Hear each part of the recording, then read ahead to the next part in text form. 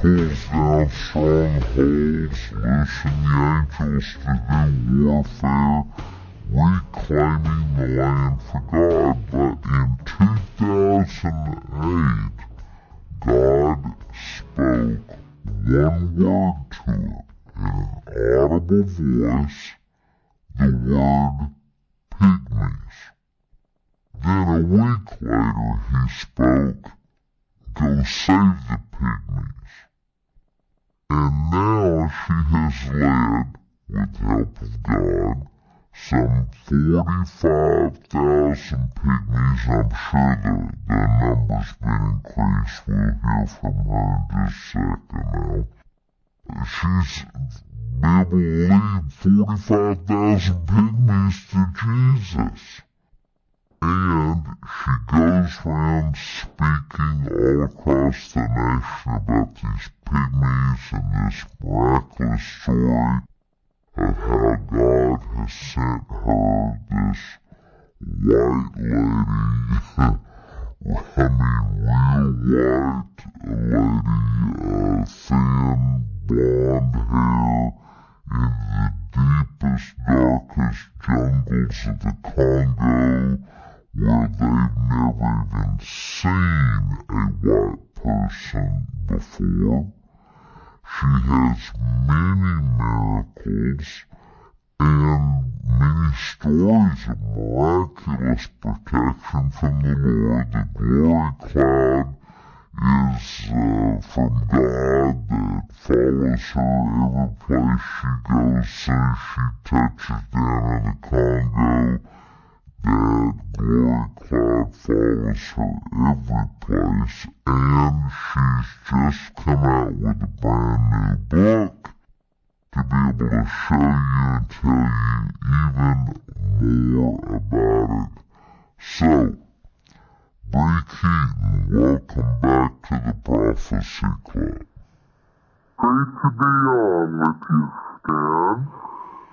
Okay, so for those people that have not heard any of the story, give us a brief overview of how you come to be where you're at, and then let's hear about your latest adventure into the Congo.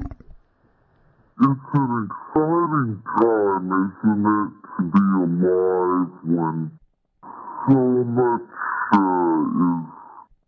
going south with our world.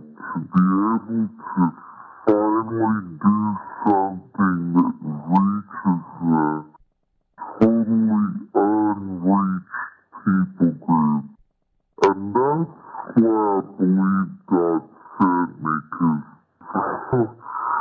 I'm just such a passion on fire person. I'll just do anything he tells me to do.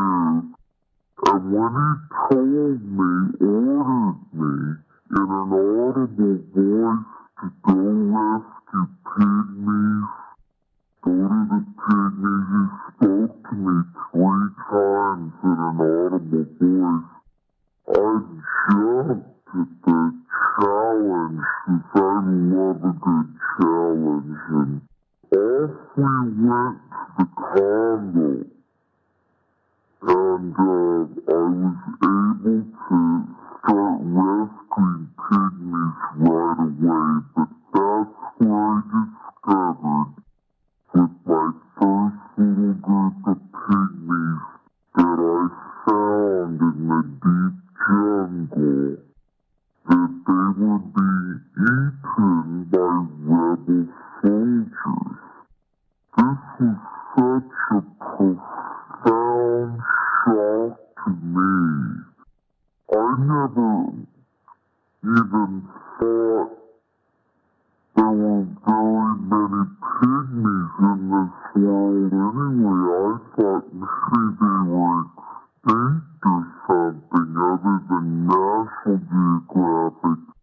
But when I discovered that there were lots of pygmies, and that about 2/3 had been eaten by rebel soldiers, I knew why God sent me there because I'm a warrior at heart, and I knew that it was my job in this life to fight for the lives of the most hated people on earth, the pygmies of Africa, and rescue them in a way that they could be sustainable, that they could find a new way of life in order to preserve their lives and culture.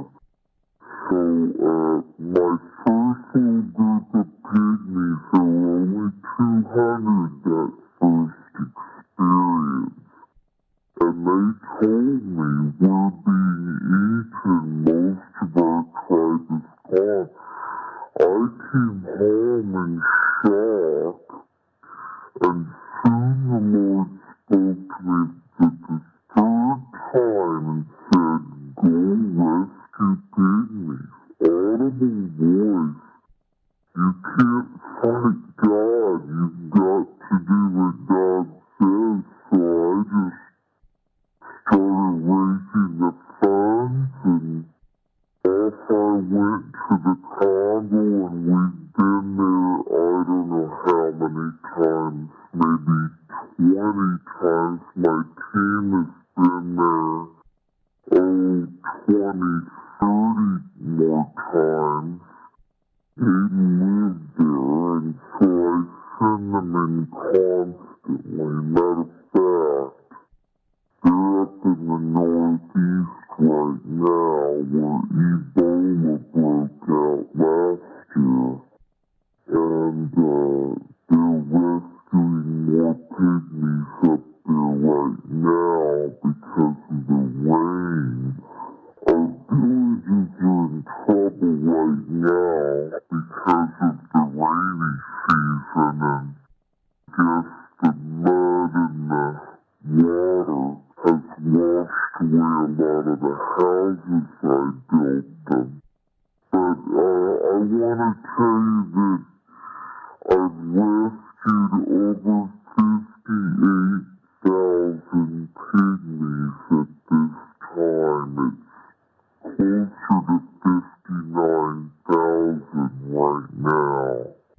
And those pygmies are living for Jesus. They are living for Him. They live in villages. I built them, so I built 20 villages, and they worship Him.